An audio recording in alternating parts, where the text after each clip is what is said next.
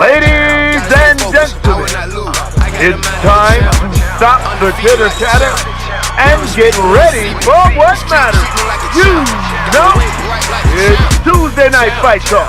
My name is Jaya McClain. I'm a former two-time Cruiserweight Champion of the world, and I'm your host, and this is my show. Now let's go! Once again, we're back with another episode of Tuesday Night Fight Talk. Now listen, ladies and gentlemen, we have a very special guest on the show today. This man, I don't even think this man knows how much he means to me. But he's been a role model, and him and his beautiful wife, they have been an example of what black love looks like. And I just want to thank y'all for that, man. Thank you. The man that I'm talking about, he is my fellow Marine Corps veteran.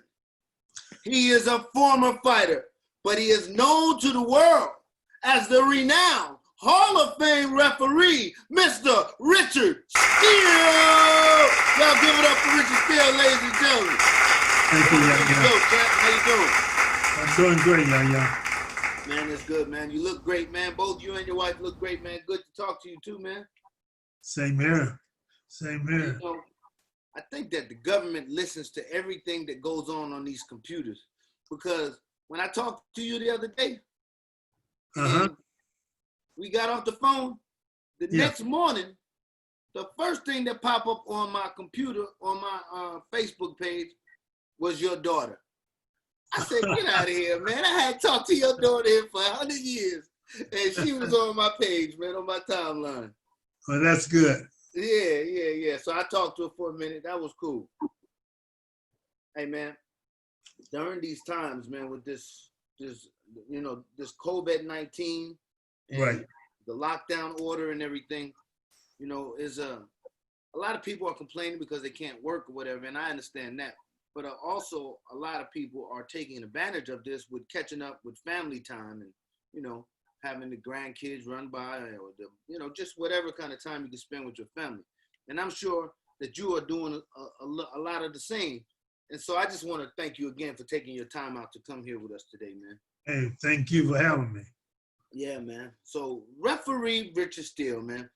First of all, do you know how far we go back? Yep. I think it was 81, 82. Yeah, man. That's crazy. That is crazy. I was like 14. Yeah, you was a baby. Yeah, I was 14, man. That was crazy. And then of course, you had Gentile and everything later on. But let me ask you, man, because we're both veterans of the United States Marine Corps. We both were boxing on the team in there.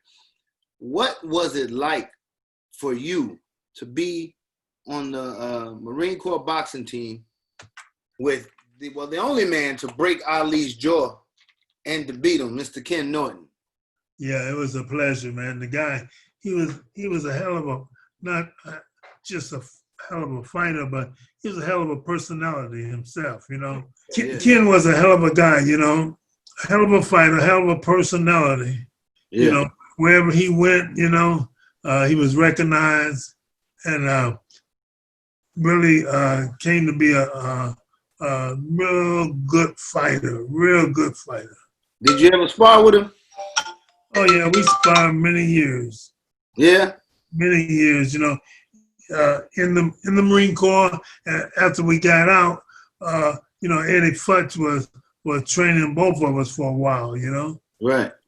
So we had a lot of dates in that ring. We sparred. He was so big. Yeah. He was so big, and very powerful. He had a punch. Yeah. And so how was it when y'all sparred? What was that work like? It was tough, but, I always moved around a lot, and he'd get mad because he couldn't catch up with me. So you should have been his sparring partner when he fought Ali. Or was you? And that was the reason he got to him. Yeah. Now, when he fought Ali, I think I had retired. What year was that? Oh, yeah. I had retired, started refereeing. Right. But yeah, he was a hell of a puncher, and Eddie Futch, he was Eddie was the reason why he made it as big as he did, because they wanted him to fight Ali 2 years before he did, and Eddie told him that he wasn't ready. Yeah. So he kept him back 2 years.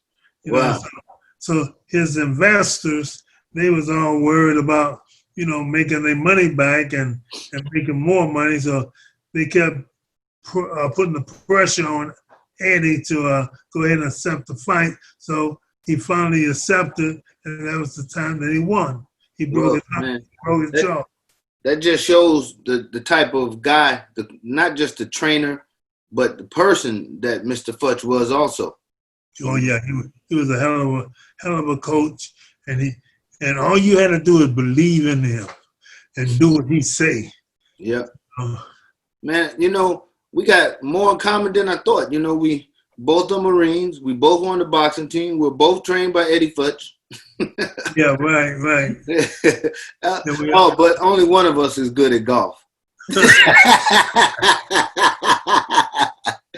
And it's probably you now, because I haven't played in forever. No, I haven't either. I've been wanting to get out there, but your body tells you, your mind tell you yeah, but your body tell you no. Right. So, man, throughout your years, you've 167, not fights, 167 world title fights did you win? Right. 167, yeah. I was really going at one time in my career. It was really crazy. In 1 year, I did 12 world title fights. I did a title fight every month. Yeah. Somewhere in the world, I did a title. It was really something to do so many. But then again, I was really fortunate that I had that many great fighters fighting at the time that I was refereeing. Yeah. So I was really lucky, Yeah, man. You was, all the big fights. Yeah. You was refereeing them, and I was sneaking in. Man, all the big fights. Even the first world title fight you did was a big fight. Oh yeah. Carlos Durante. Yeah. So Carlos was a hell of a fighter. Matter of fact, I did like 3 of his fights. Yeah. But that was the first fight, Carlos Durante. Man, there was great fighters in those days, and I just, sometimes I think that, where did they all go? Where did all the, and then I really stopped to think about the trainers, all the great trainers that we used to have when you was fighting. Right. There were the one of the big differences is, and I don't like to really go down this road and talk about the fighters of today, but I will say that there were teachers.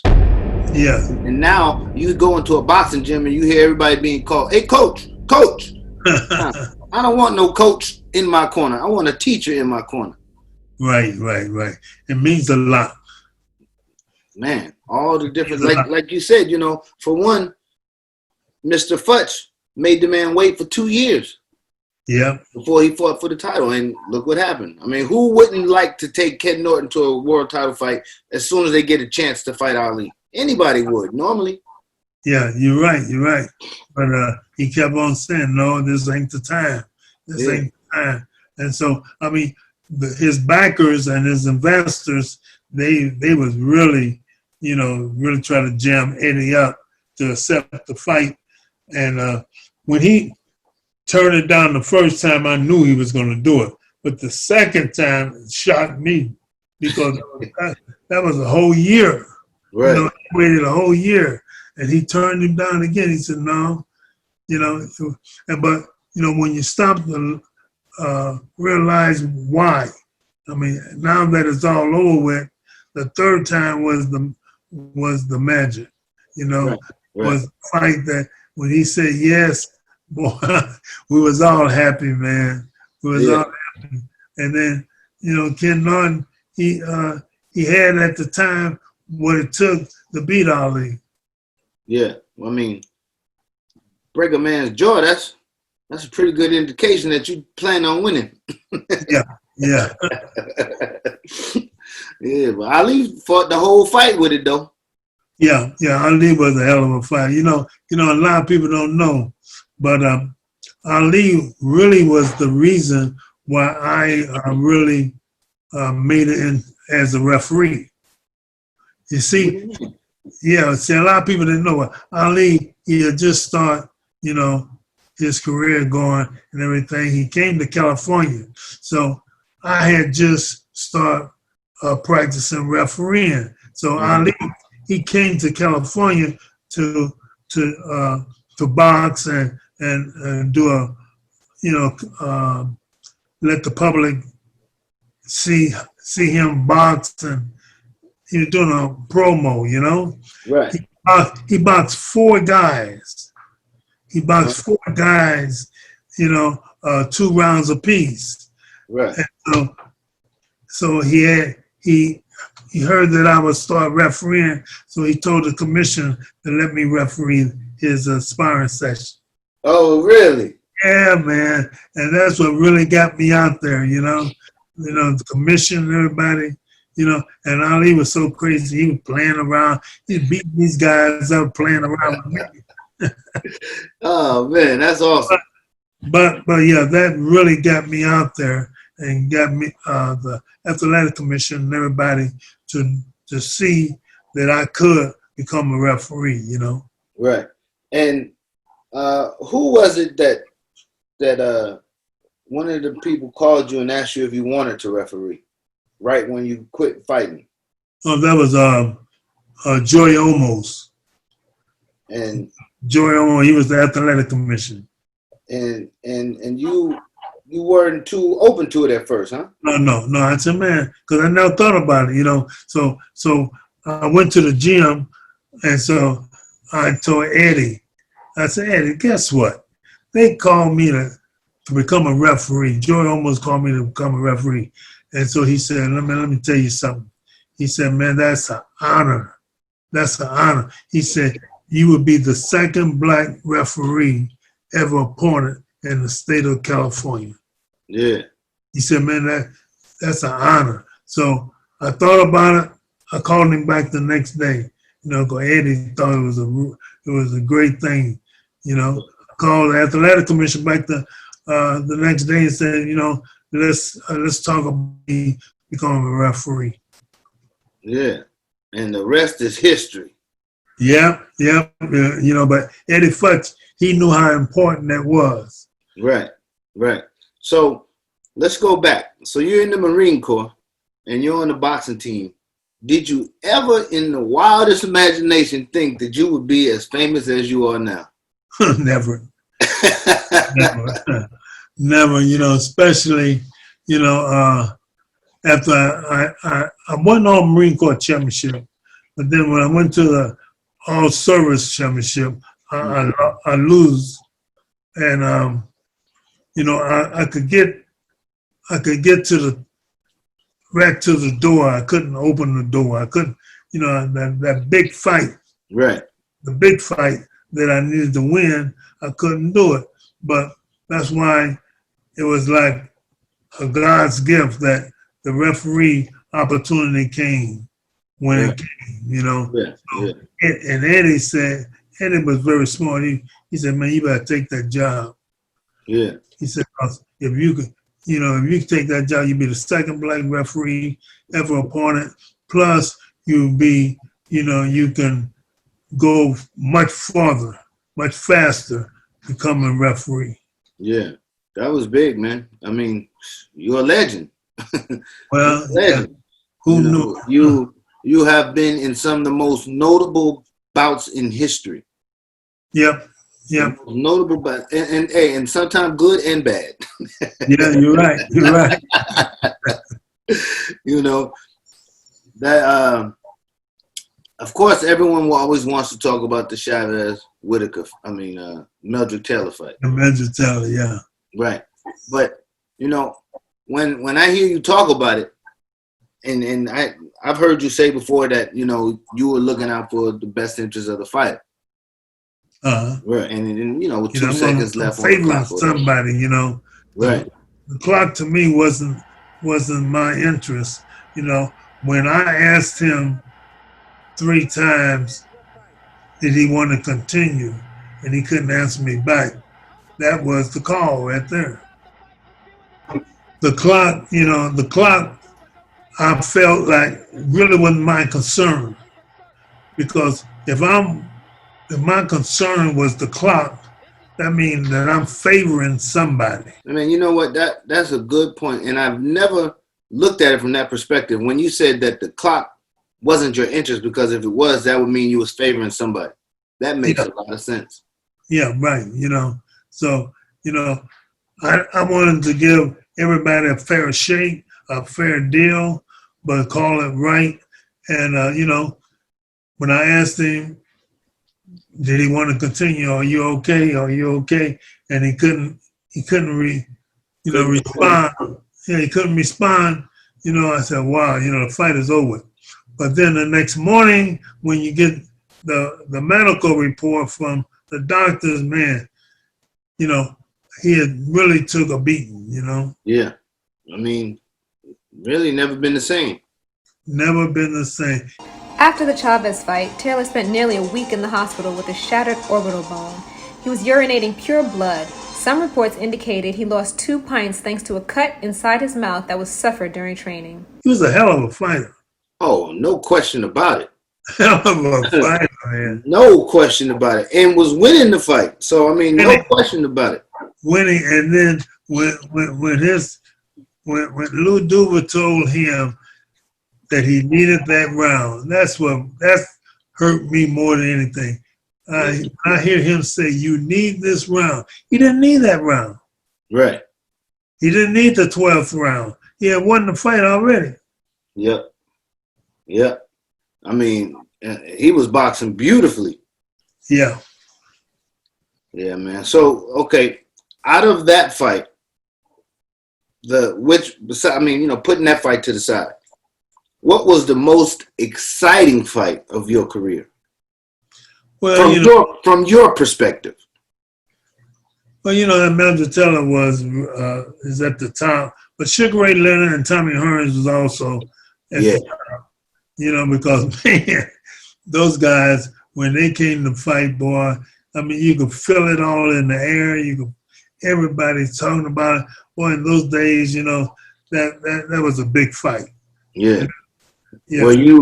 Were you surprised when you got the call, or did you kind of figure you would get the call? No, I was surprised. I wanted the call, but you know, when they called me, I was really happy.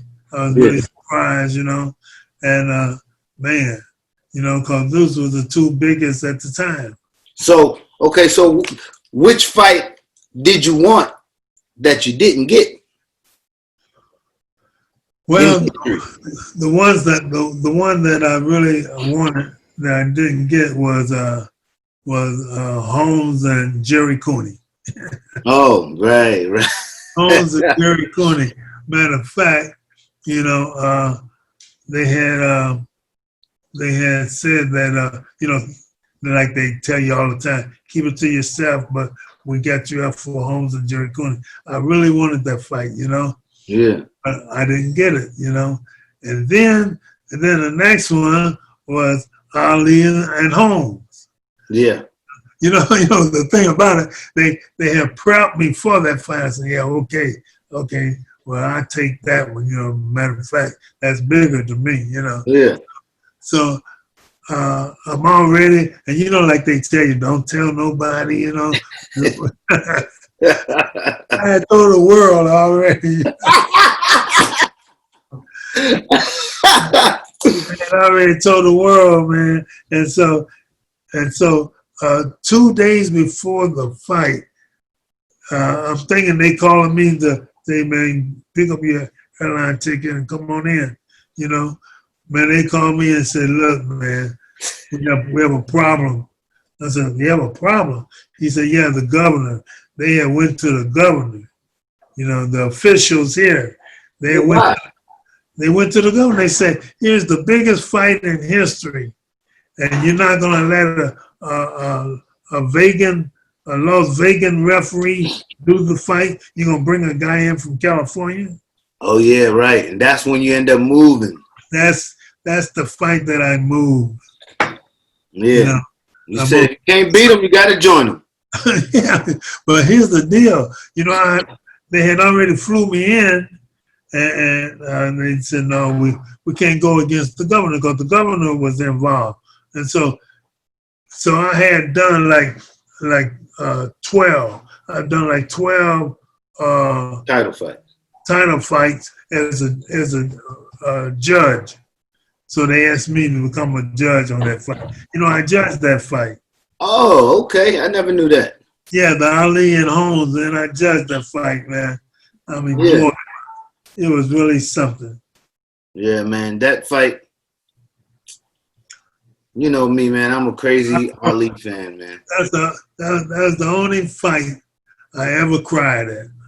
No, I cried at that fight, and I also cried. My mother took me to Shea Stadium when we lived in New York. We went to Shea Stadium, and it was in the pouring down rain, and we was watching Sugar Ray Leonard, Roberto Duran, #1. Oh, yeah. Oh, man. Stopped him in the 14th round. Man. Yeah. I was a little kid, man. I was messed up. Yeah. I remember Brian Gumbo, he was doing the news and everything. Yeah, he had asked me for an interview. I was judging the fight, Ali and Holmes. I was judging the fight, so he asked me for an interview after the fight. And so after the fight, he comes to me. He would come running up to the ring. I couldn't even talk.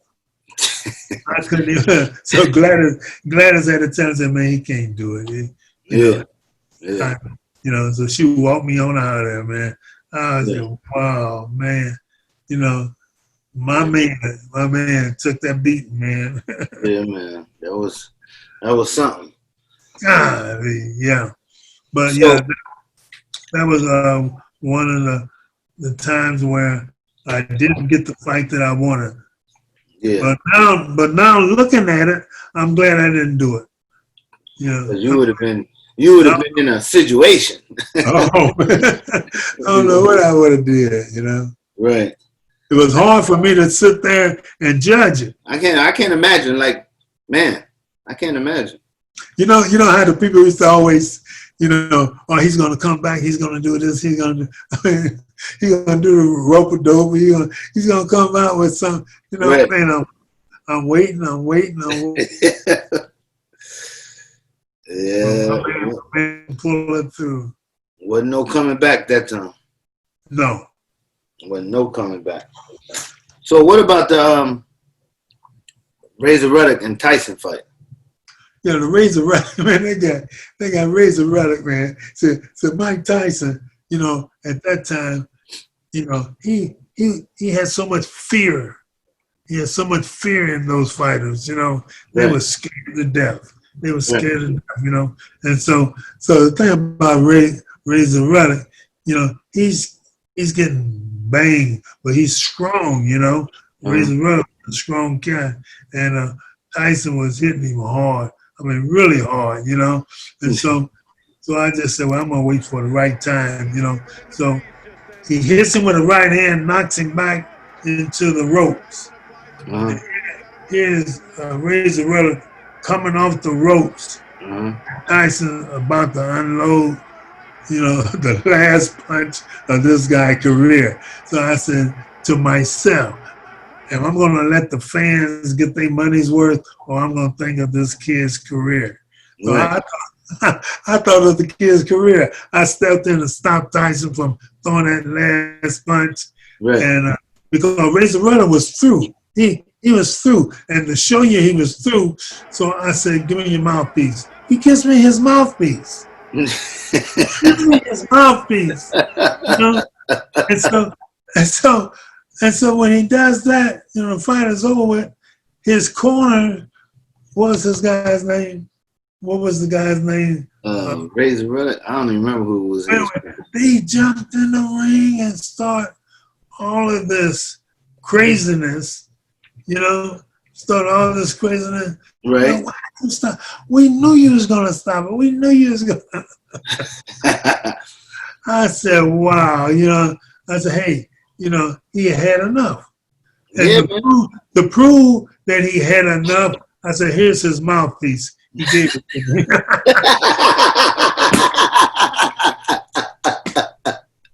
Oh, man. I mean, if he really wanted to fight, you think he would have given me his mouthpiece? Right. No, absolutely not. No. He would have never given me that mouthpiece if he really wanted to fight. But he was through. He was finished. Now, when you refereeing these fights, these big heavyweight fights, like Mike Tyson. So Mike Tyson had the whole game scared of him at one point.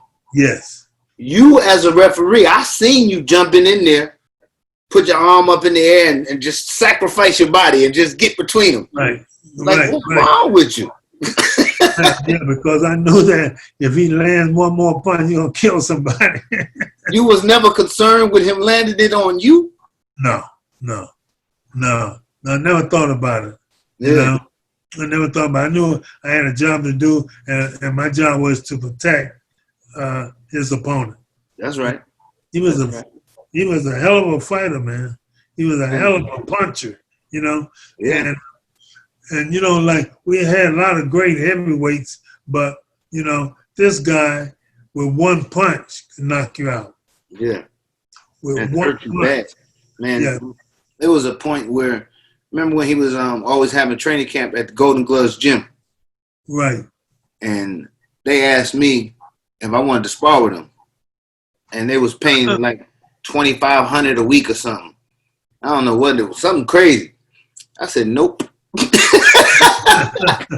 Nope. Yeah. I didn't have no job. I was young. I needed money, but I said nope. Well, you didn't need that job. Yeah, but he was going through sparring partners. I mean, 10 a dozen. I mean, 10 a week. Yep. Yeah, he was tearing them up.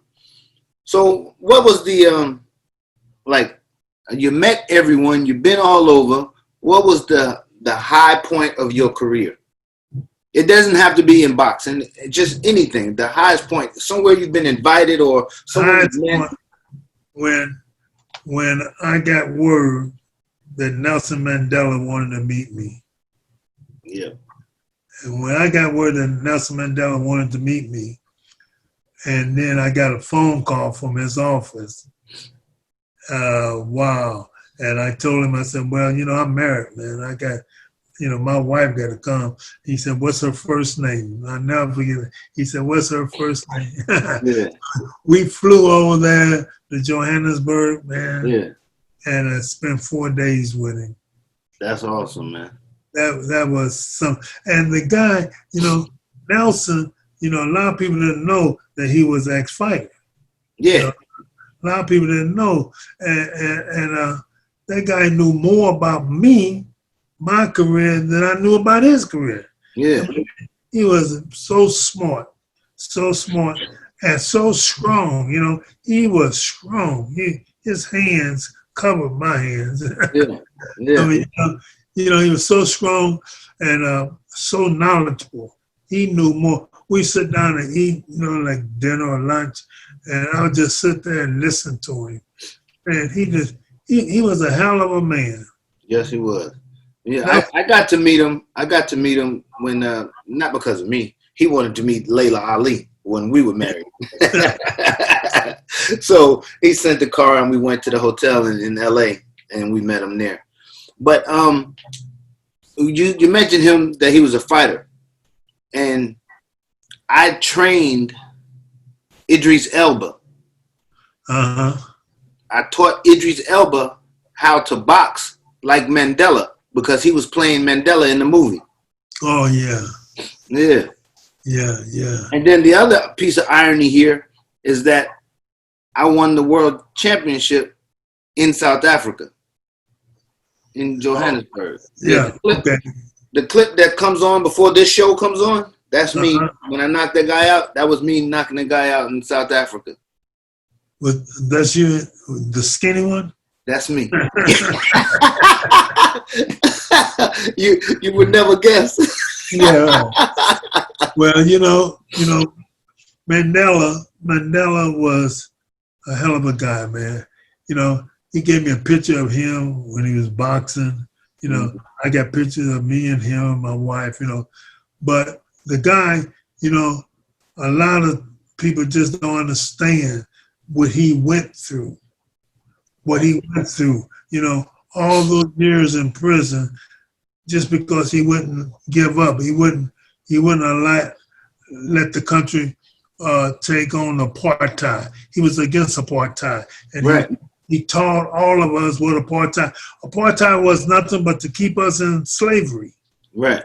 You know, and he stood for that, and he wouldn't back down. And therefore, so did you, because you turned down a job over there. Yes, right. I turned down the job. And then he was in prison. Then so when he got out, I was one of the people, he told me, you're one of the people that I wanted to meet in person because you stood up for me. Yeah. So, I mean, you know, a lot of times we do things, but we don't even think about what we're going to get in return. Right. Man, you know. Do it because it's the right thing to do. Exactly.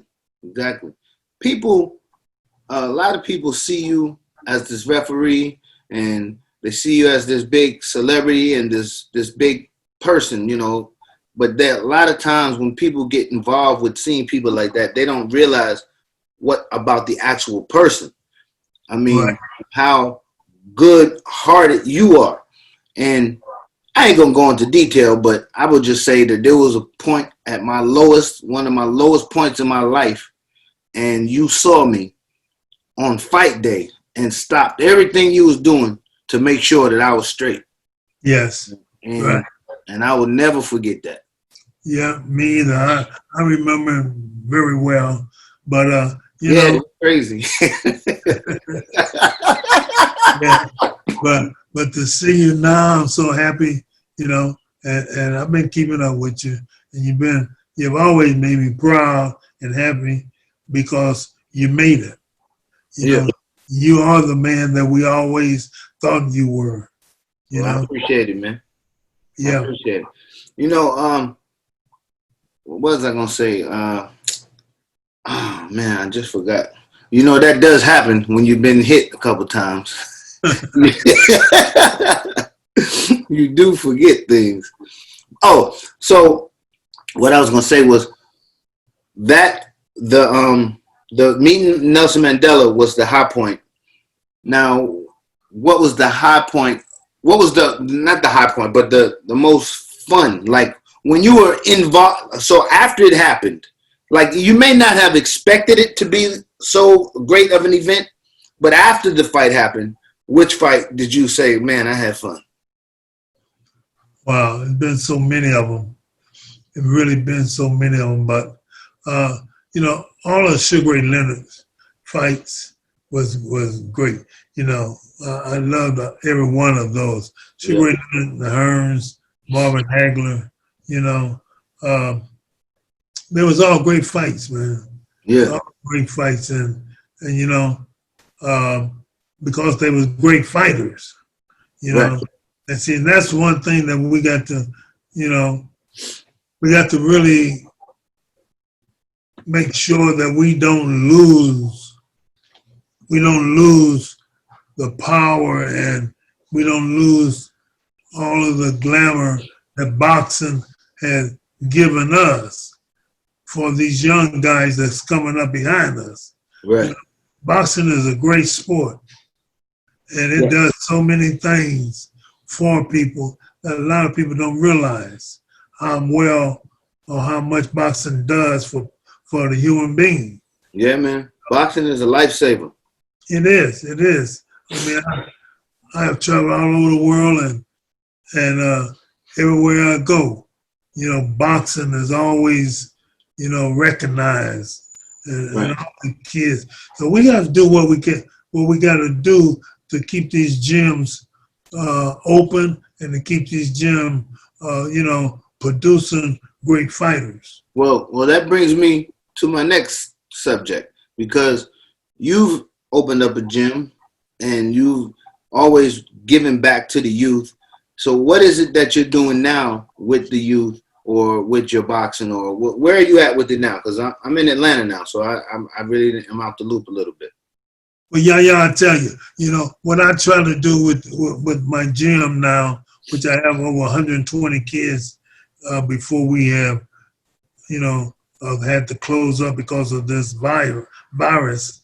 I had like 120 kids, but I try to make sure that I try to help them to understand that they need education.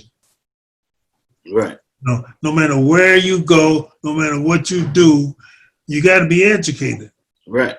Look at you with your own talk show. If you wasn't an educated person, you wouldn't be where you're at today. Right. Absolutely. And so all the champions and everybody that had made it through boxing, they made it through boxing, but they had a certain amount of education behind them to make them a person that people know that they want to deal with, they want to work with. Right. So education, I try to make sure that, the kids understand that they got to go to school. I have a classroom at my gym, a tutoring program at my gym. I have a PAL program for kids, What's the name of your gym now? Yeah, Richard Steele Foundation. Okay, Richard Steele Foundation. Yeah, Richard Steele Foundation. And I make sure that the kids understand, it's going to be tough. It's going to be tough. And the reason why it's going to be tough, because the kids that I'm going to be trying to get to come back to the gym, a lot of their parents, they haven't worked. A lot of their parents lost their job. Right. So I'm going to have to find means to raise money that these kids don't have to be, have to pay gym dues, or right. come to the gym, and act like young adults and have a good time. At the same time, learn something, stay in school, and we got to help these kids to make better citizens out of them. Yes, sir. I concur. Well, man, I'm sure that if they're under your tutelage, your mentorship, receiving all your knowledge and wisdom, they do what you say, they're gonna be all right. Yeah. Well, and I hope the parents let you talk to them, and let the parents could sometimes get in the way. And then in my gym, we have about 20 girls in my gym. We have a lot of girls in my gym. Yeah. And I don't take that lightly, and I try to keep real promising young ladies to come and speak to them and come and work out. Just come and work out. Let them see, adults working out. Let them, be able to talk and, hold a conversation with young adults, older adults, because these girls, man, let me tell you, Vegas is a wonderful place, but it's a wonderful place if you got your head in the right place. Well, I tell you what. Tell me the where people can contact you if anyone wants to get involved in the boxing program, or if they want to maybe they want to come and help, maybe they want to donate their time or something. Yeah, please just come to Richard Steele Boxing Club. The address is 2475 West Cheyenne. It's in North Las Vegas. 2475 West Cheyenne, Suite 100. And the phone number? Phone number 702-491-9036. 9036. Give me a call. The doors always be open. There it is. So you have no excuse out there, you youths. Get to the gym. Well, man, I really, really appreciate it, man. I mean, it's been an honor for me, man, to sit here and just chop it up with you like this, man. Well, yeah. I loved you always, man, and you always made me proud and made me happy. Just keep up the good work, Yes, sir. I don't want to hear nothing about you coming back. Nah, brother. Hey, they can forget about that, man. I got some Ben Gay on my back right now. Hey, man, I really appreciate it, man. Keep up the good work and stay in touch. All right, man. You keep your hands up and stay on your feet. All right, man. God bless. Right. What's up, everybody? That's all we have time for this week. If you like the show, please hit the subscribe, tell a friend, and share. Ladies and gentlemen, it's time to stop the chitter chatter and get ready for what matters. It's Tuesday Night Fight Talk. My name's Jaya McClain. I'm a former two-time cruiserweight champion of the world, and I'm your host, and this is my show. Now let's go!